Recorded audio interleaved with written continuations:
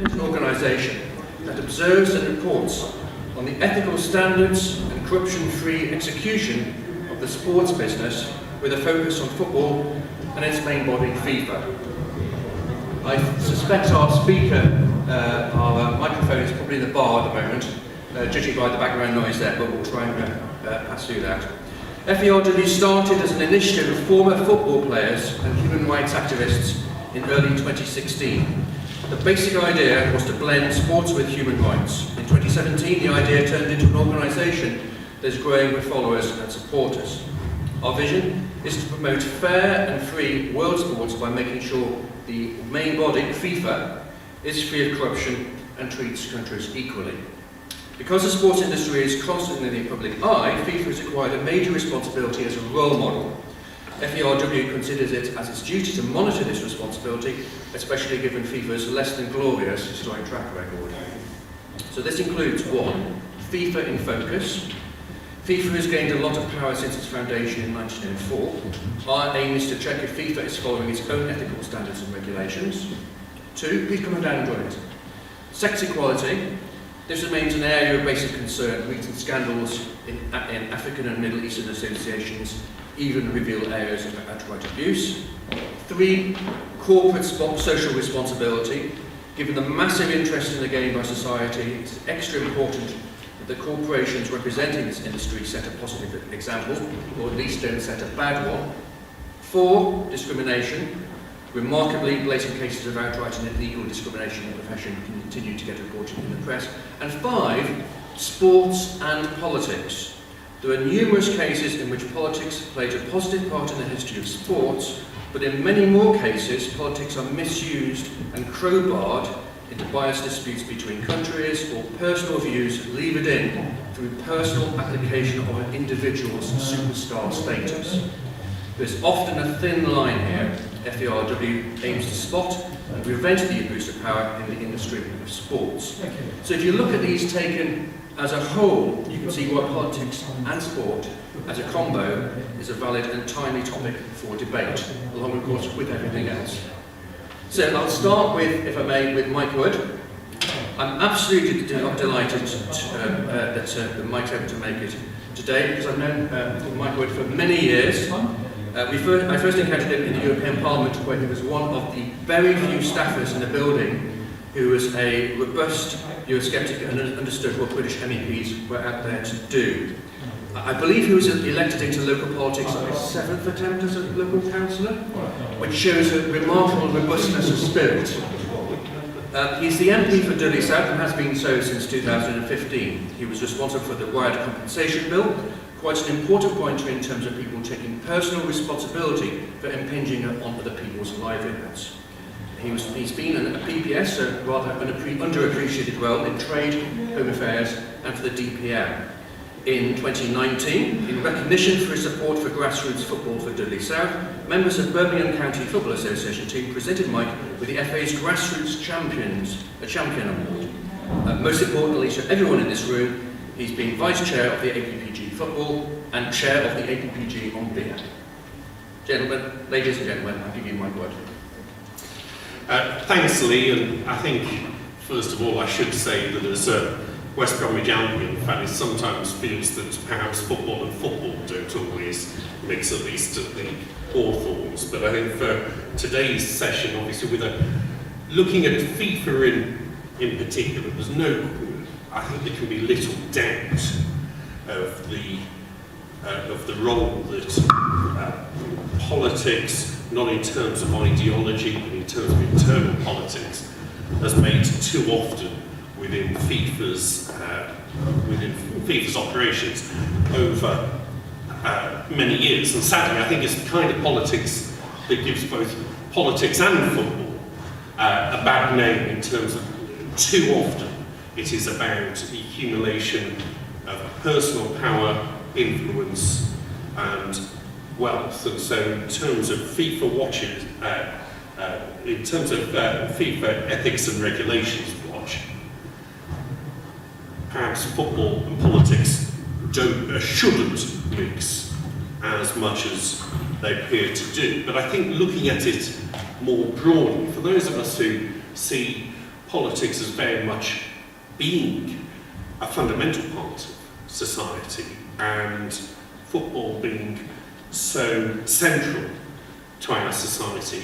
Whether they mix, whether they should be involved in each other, at the very least they clearly need to coexist. And so I think the question becomes how that can and should happen. And I think this really boils down to whether the politics that is impinging into sport, and particularly football, whether we're looking at a uniting politics or a divisive politics. And I think a lot of the controversy that we've seen, particularly around football and political causes in recent years, the controversy has been in that it is dividing groups. It is where, rather than seeking to reflect society as it is in all of its diversity and the people who are actually going to get it is seeking to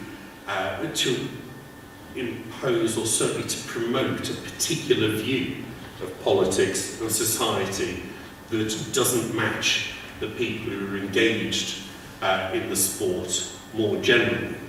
Football prides itself on being the world game, and so there's always going to be an element in which football regulation and the game itself really does become involved in a battle of global values. And sometimes I think those of us on the right approve of the intervention of politics in football. I think for most of us, the decision to expel Russia and Belarus from most international sport, including football, was probably something we supported.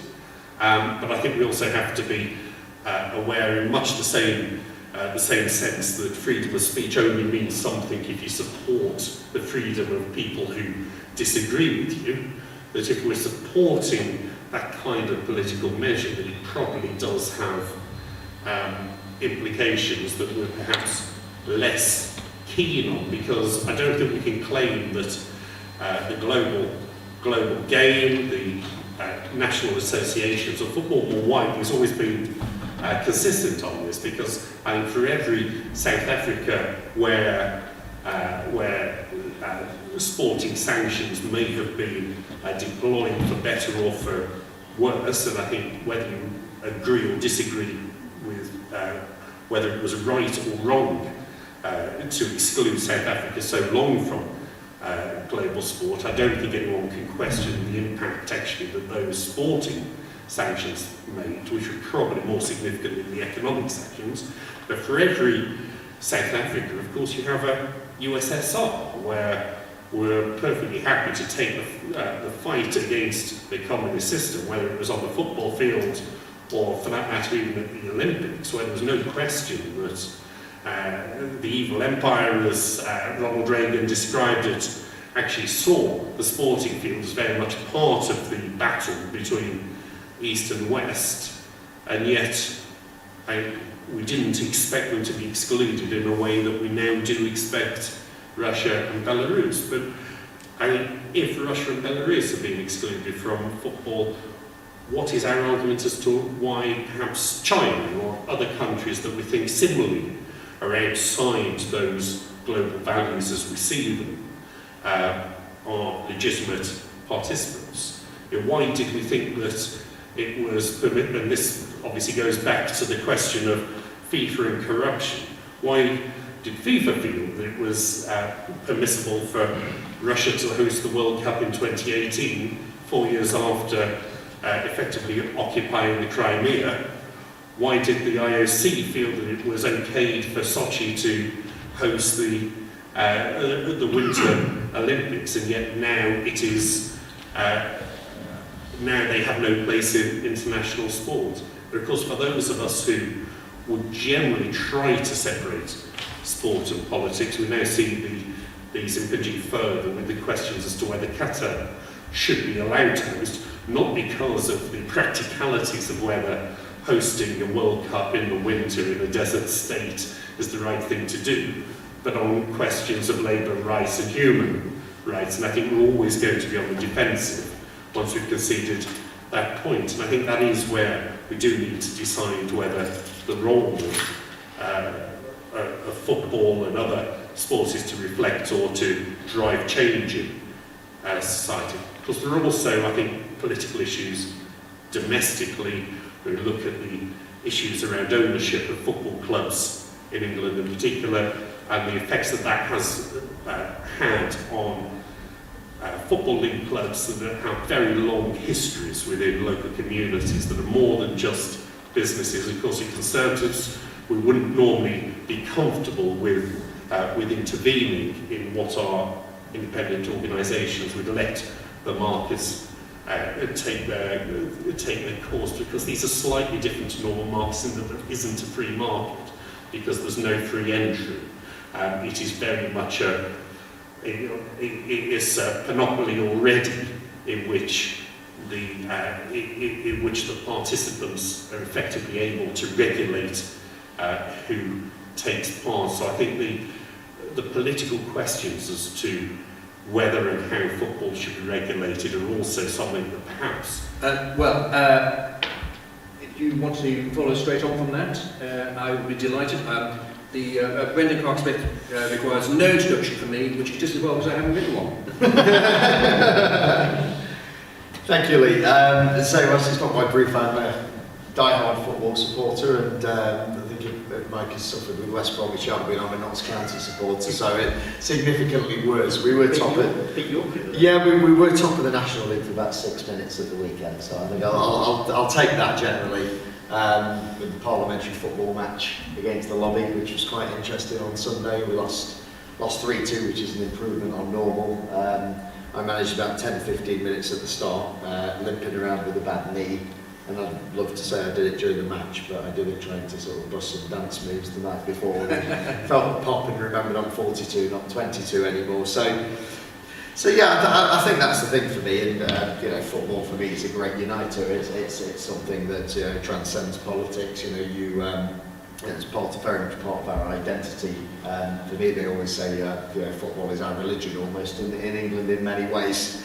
And a while back, I think a year or two ago, I had a bit of controversy. I wrote a couple of pieces about why football and politics don't mix. So this is quite sort of apt to be speaking here today. And you can look back at numerous examples. I remember Robbie Fowler in the 1990s getting fined, I think, £500. He lifted up his shirt about striking dock workers and so on, and it was just seen as something that you didn't bring into football.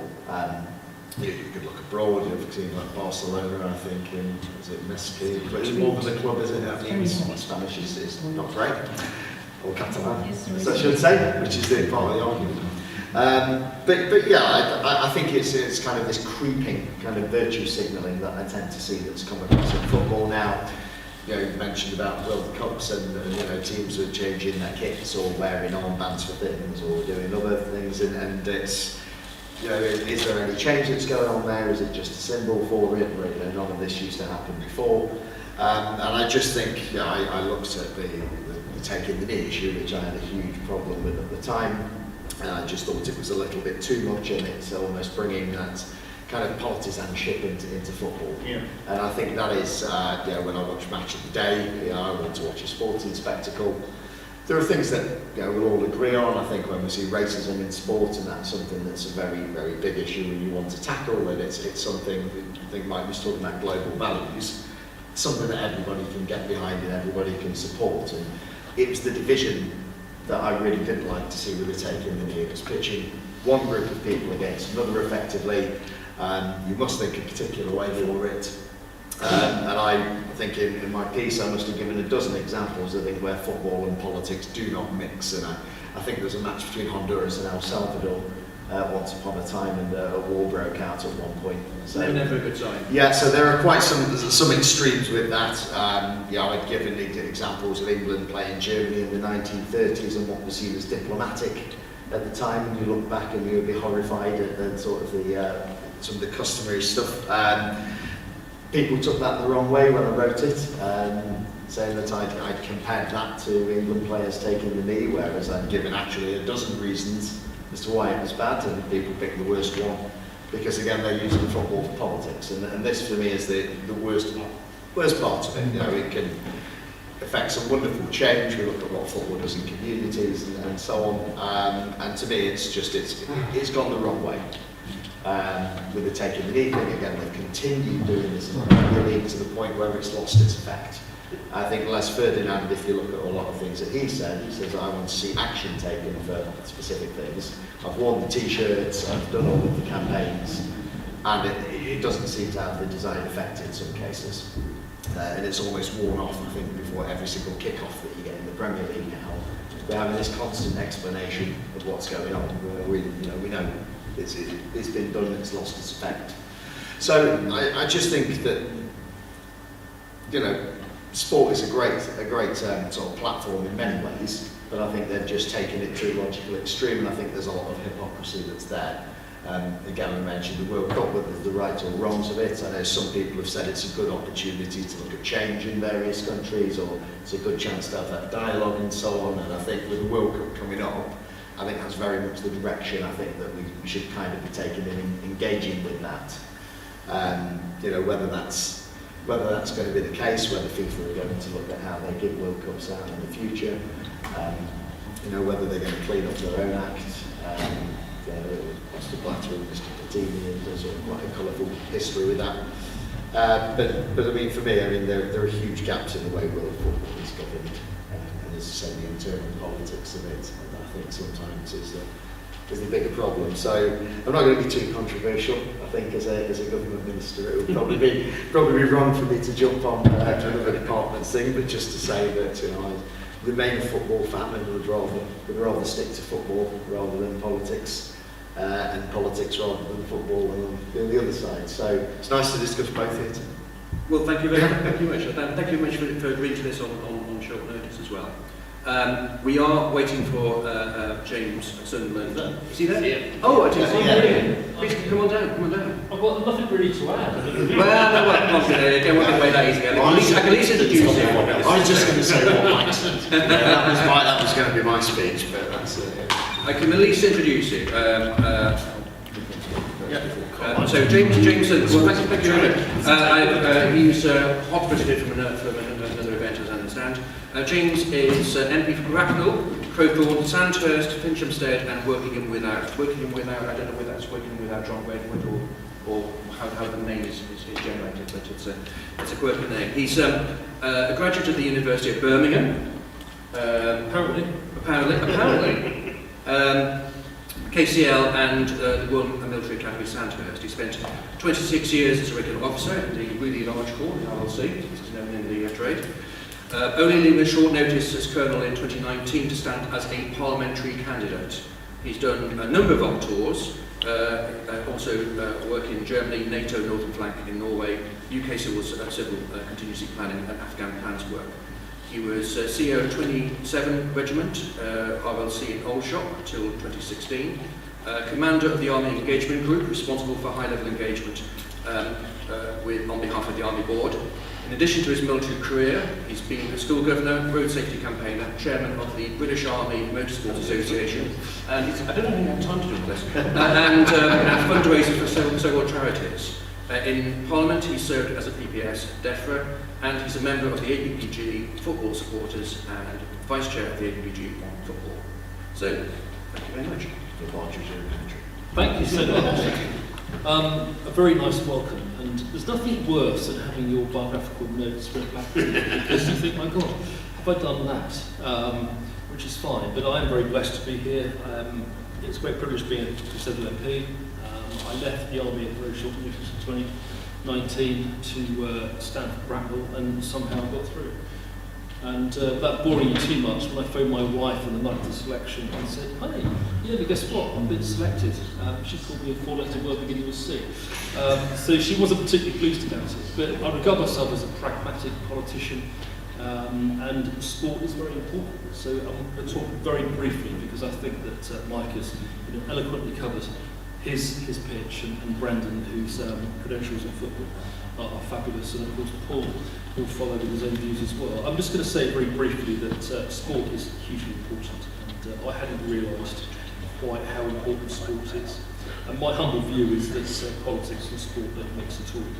So I'm going to endorse what the other panelists have said so far. I think it's uncomfortable when you have players lifting t-shirts or political slogans. It's difficult when you hear rock stars at rock concerts talking about politics. And I went to see Marillion, believe it or not, on Friday evening in Hammersmith.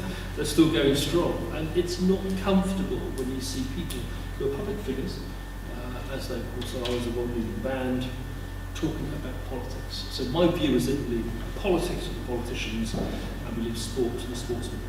I'm also blessed to have a son who plays Premier League football. Thought I'd get that in. And I think probably the only MP with a son who's on the books of the Premier League club, playing very good football as well.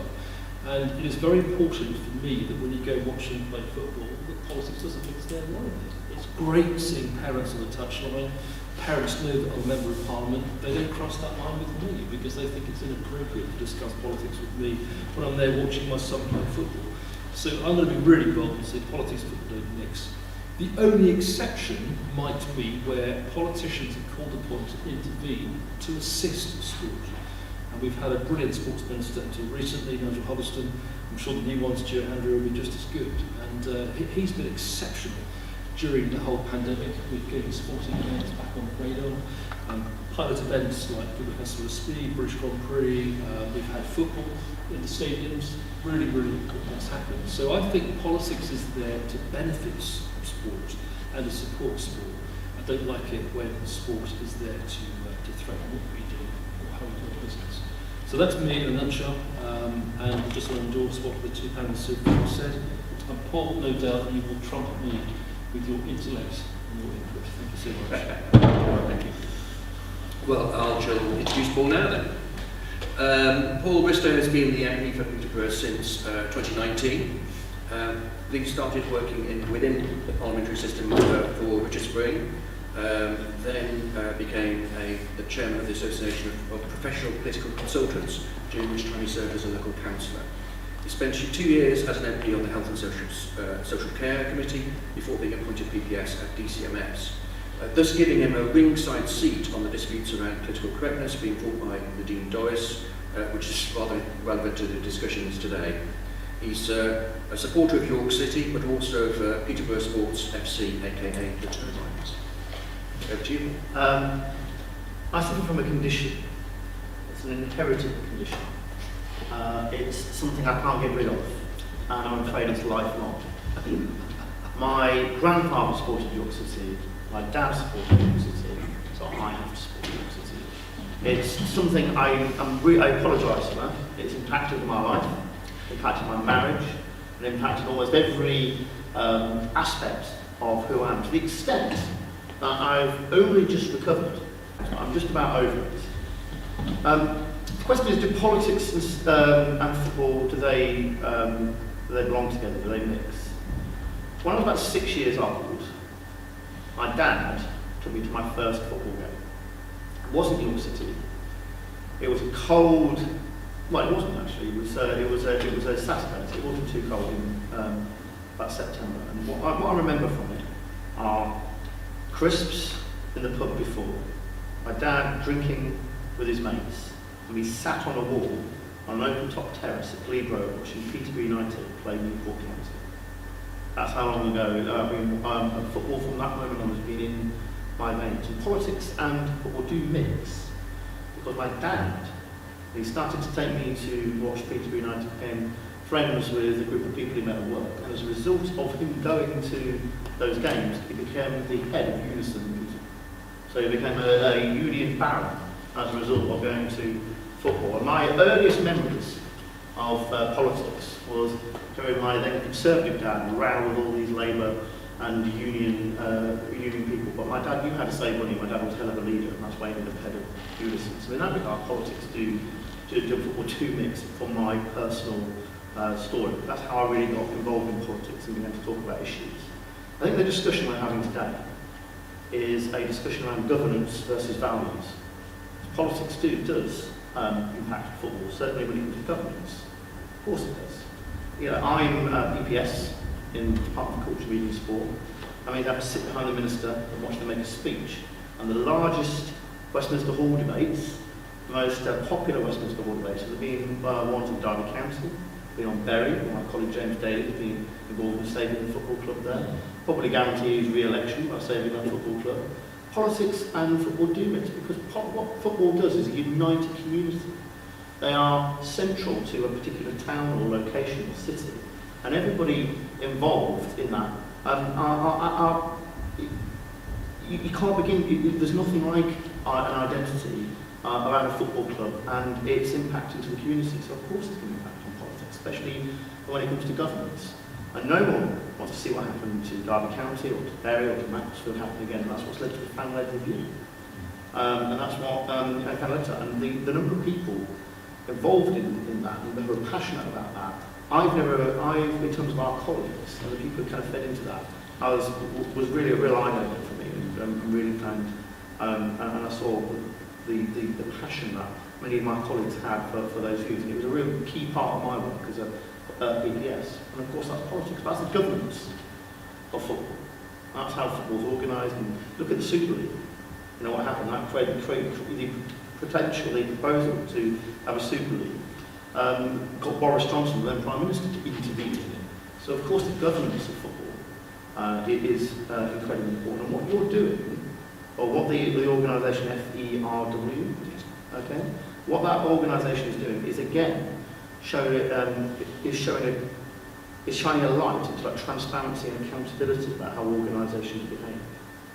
And I think that's incredibly important. I mean, if it's not in terms of government, in terms of councils, in terms of the European Union, any organisation that exists needs to have that accountability and shining that light upon them.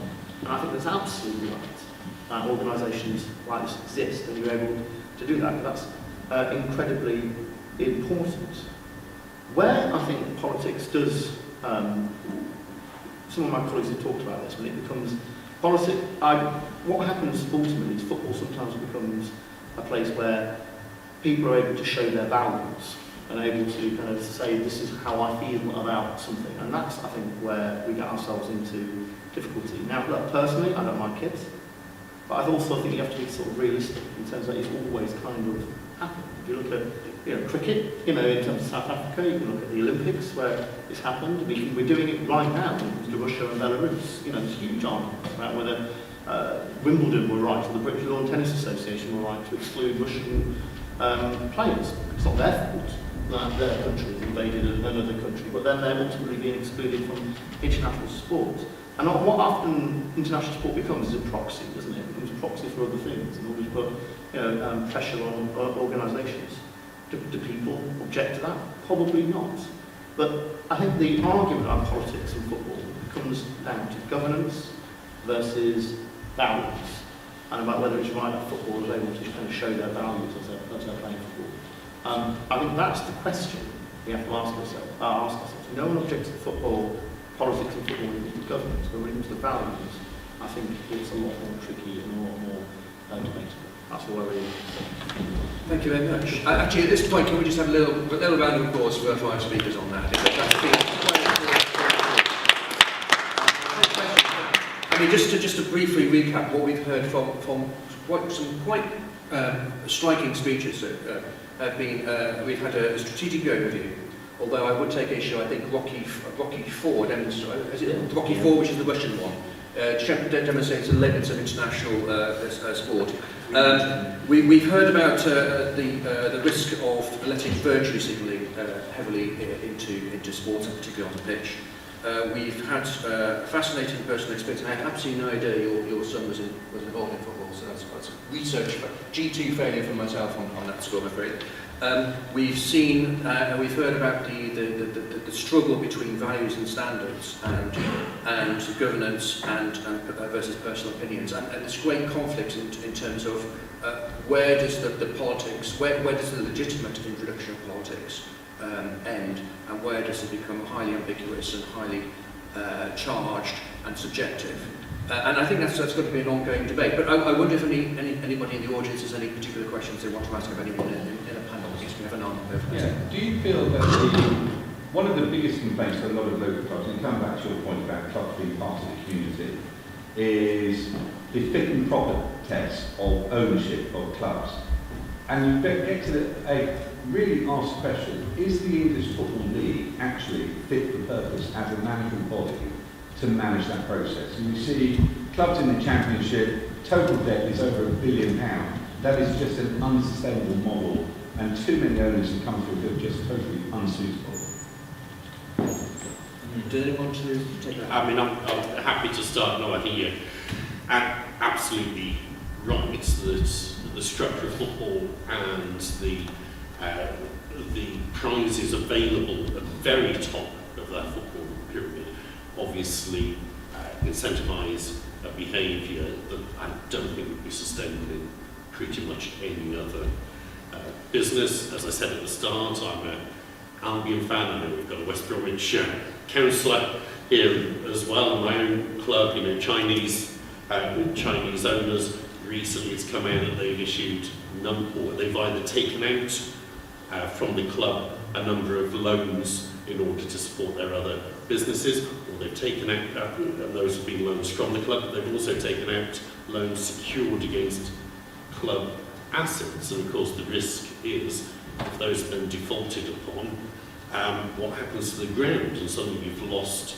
over a century of heritage within the community. And I think the Football League has been very, very weak in terms of managing to provide a framework for this to be operating within. And I think this is where obviously Tracy Crouch's review of football was so important, and where I think the government does still need to move on this. I mean, I'm very hesitant to agree with anything that Gary Neville has ever said, but in terms of obviously there clearly needs to be someone that is separate from the clubs and the owners that is making sure that fans and communities' interests are being protected, whether you call that an independent regulator or there's some other entity fulfilling that function. It's desperately needed. You look at how many clubs that in the last few years have been in the Premier League and now are in League Two or not, even dropping out of the league. Big clubs like Notts County obviously dropping out of the league, and that is it's an existential threat for a lot of the clubs, obviously the players and staff, but also the impact it does have on the communities around.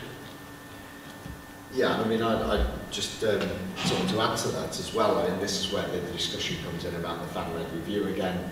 And for me, when it says about regulating, now for me, traditionally, that would be the FA, or it would be the Football League. You would expect them to do that, and I think the game has advanced and moved on so much since then. You could look at, say, from when the Premier League started, I think, and the amount of money that's going into the game. I mean, I was I speak to the Notts County supporter. We've been pretty much through the motions with everything that could have happened to a club hasn't to moments. I think we set a record for the number of days we were in administration. I think between ourselves and Leicester City doing that, I think the rules all changed after. So anyone who's got a points deduction any time in the recent future can blame ourselves and Leicester City for that. But yeah, we had owners who came in and when Sven-Göran Eriksson came to the club, and we high-fiving each other because we're suddenly going to sign all these big players from all over, and Sol Campbell joined, and then they found they couldn't pay the bill, and things started going wrong. And now people have passed the fit and proper test, and it showed it was clearly unfit for purpose. And if you look at clubs, what can happen, it's you almost roll the dice, and they can disappear just like that. And Bury is a great example of it, and Macclesfield that we've already heard. And these are clubs that have existed for decades and sometimes over 100 years, and something's going seriously wrong with that. And you always used to have your share, as it was, the football creditors rule and things such as that. And I just think it's gone to a different level now, where there needs to be some protection almost for these clubs, and they are valuable parts of the community. There's no doubt about it. We're not the United States, where you can just franchise and move teams around. And if you look at the stick that MK Dons have got, I think there's an illustration of how we feel about that. So, in terms of me not liking the state to step in with things, I think we can make a case, which is what the fan-led review is trying to do, that there needs to be some form of intervention, or at least if football isn't going to do it.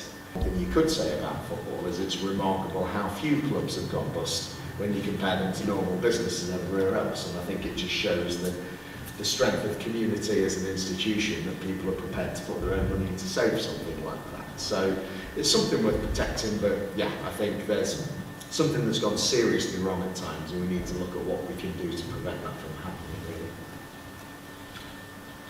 really. Any other questions from the audience? Thank you. Yeah, just touching upon what that gentleman just mentioned there, I personally believe that the EFL are not fit for purpose. I don't think the government do need to press ahead with their family-led review, if possible. Thank you very much. I'm a councillor in Sandmark, so West Bromwich Albion falls, it's not in my ward as such, but we are pressing ahead with, is it a asset community value on the Hawthorns? Because there's massive concerns that the ground can be sold just to pay off the debts of Chinese owners or whatever it is. I myself am a Birmingham City supporter, and we have had endless issues with ownership. Again, Far East ownership as such, allegations of various issues and things like that, which I'm not really going to touch on, but it just shows that the EFL tests for the ownership, they just don't appear to be fit for purpose. And that's really something that, as a football supporter, first and foremost, is that I'd like the government just to look at, because it is, these clubs are, it gives us some, it gives our constituents, us, as people, something to do on the weekends. It is a hobby for, it's a national sport, isn't it? So that's something that I'd really like to get that looked at. One other thing I was going to mention as well, I'm not sure if it's really the right avenue to discuss as well, but whilst we're at it, is that I'm an elected councillor, I'm also a law-abiding citizen, but the only two times I've ever been in trouble with the police are at football and through politics, bizarrely. Football supporters, I think, in the United Kingdom are treated as second-class citizens. They automatically sometimes just looked at down by our policing system. I know we had huge issues in the Alcohol in the 1980s, so I know we had issues with support troubles,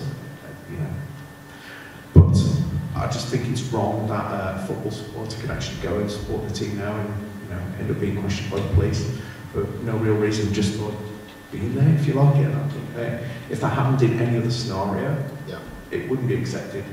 We would want there'd be questions asked about it, because of football supporters going about their business, supporting their team. Sometimes they get killed by the police and this, that, and the other. Again, that's something I'd like to see a bit more respect for football supporters in that respect.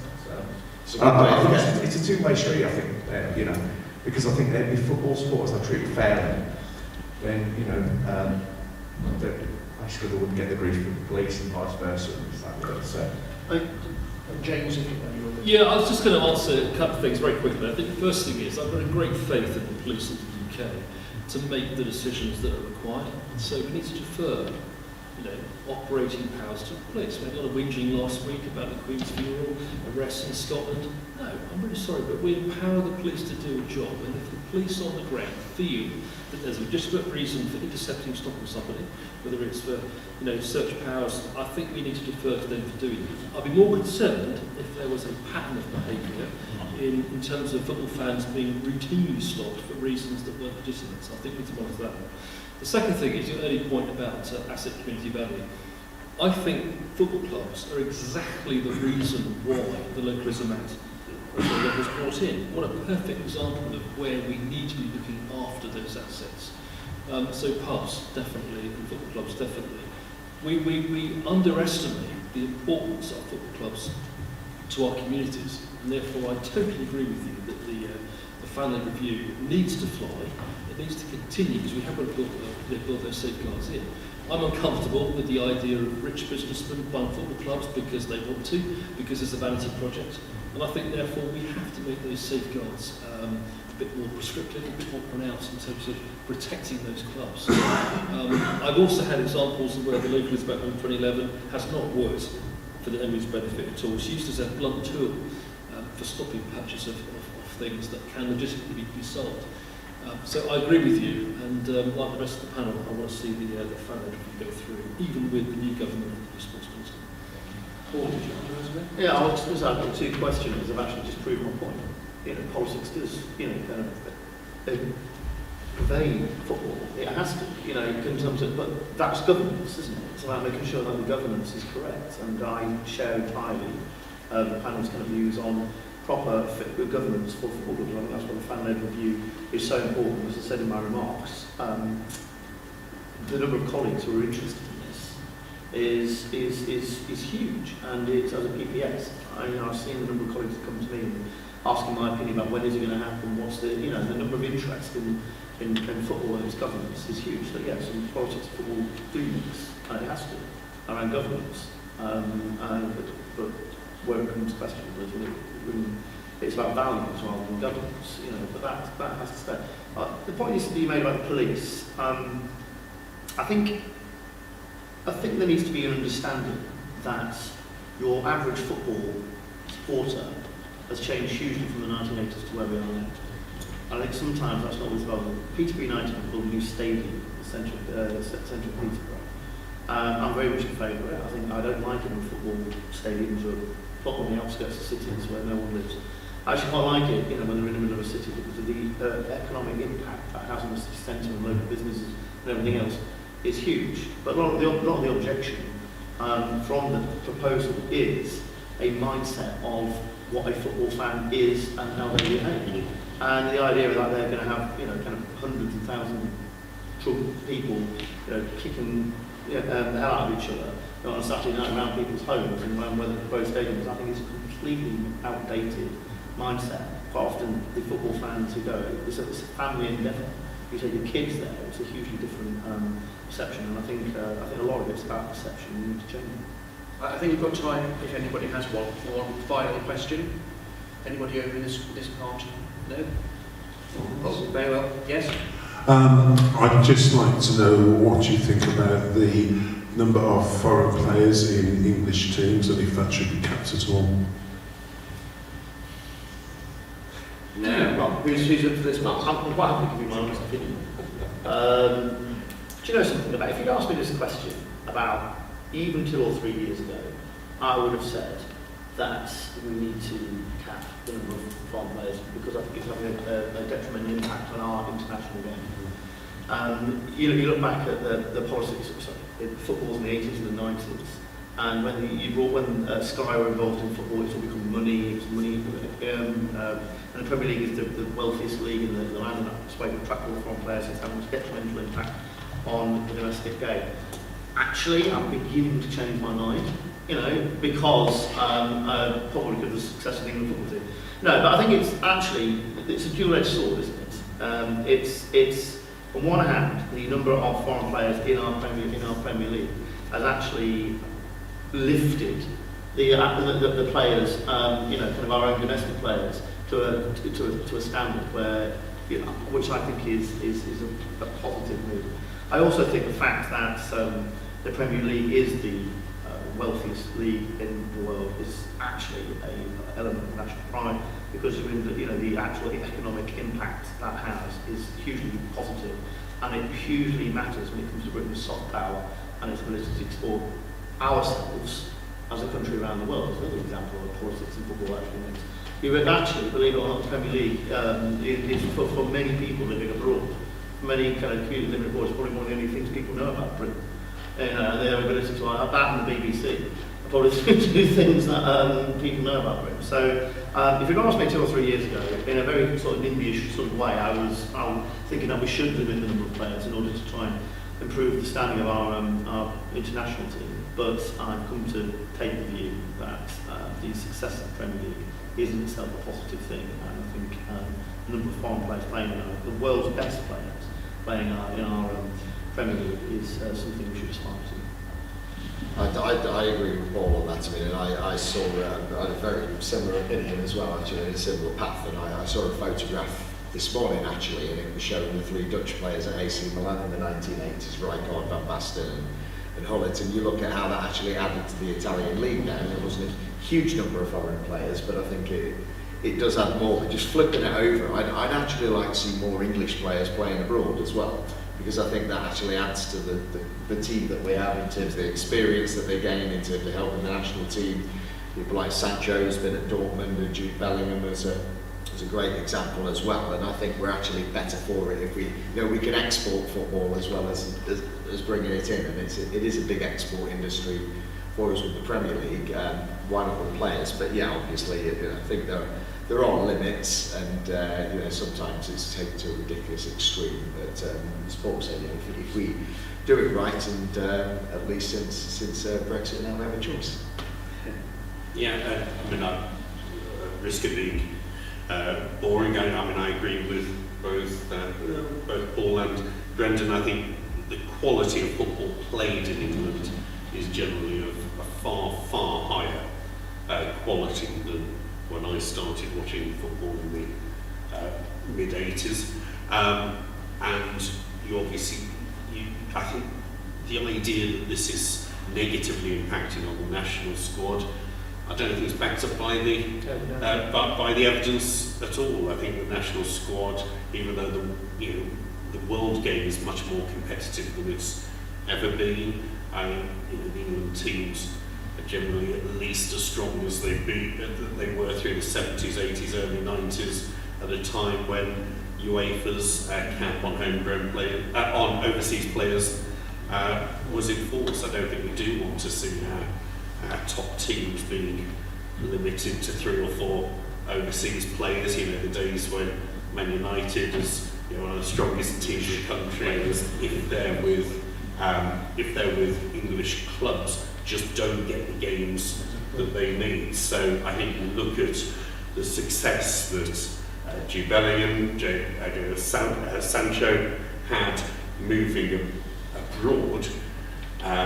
I think whether players are getting that experience abroad, whether they're playing in lower leagues, it's got to be a better way forward than being paid 100,000 a week to play in the reserves. Right, that's the point where we have to wrap it up, I'm afraid. Thank you very much, Paul, Brendan, James and Mike. Thank you very much, audience. Remember, ferw.eu is the website to go to. Spread the word. Thank you very much, and a round of applause for our speakers.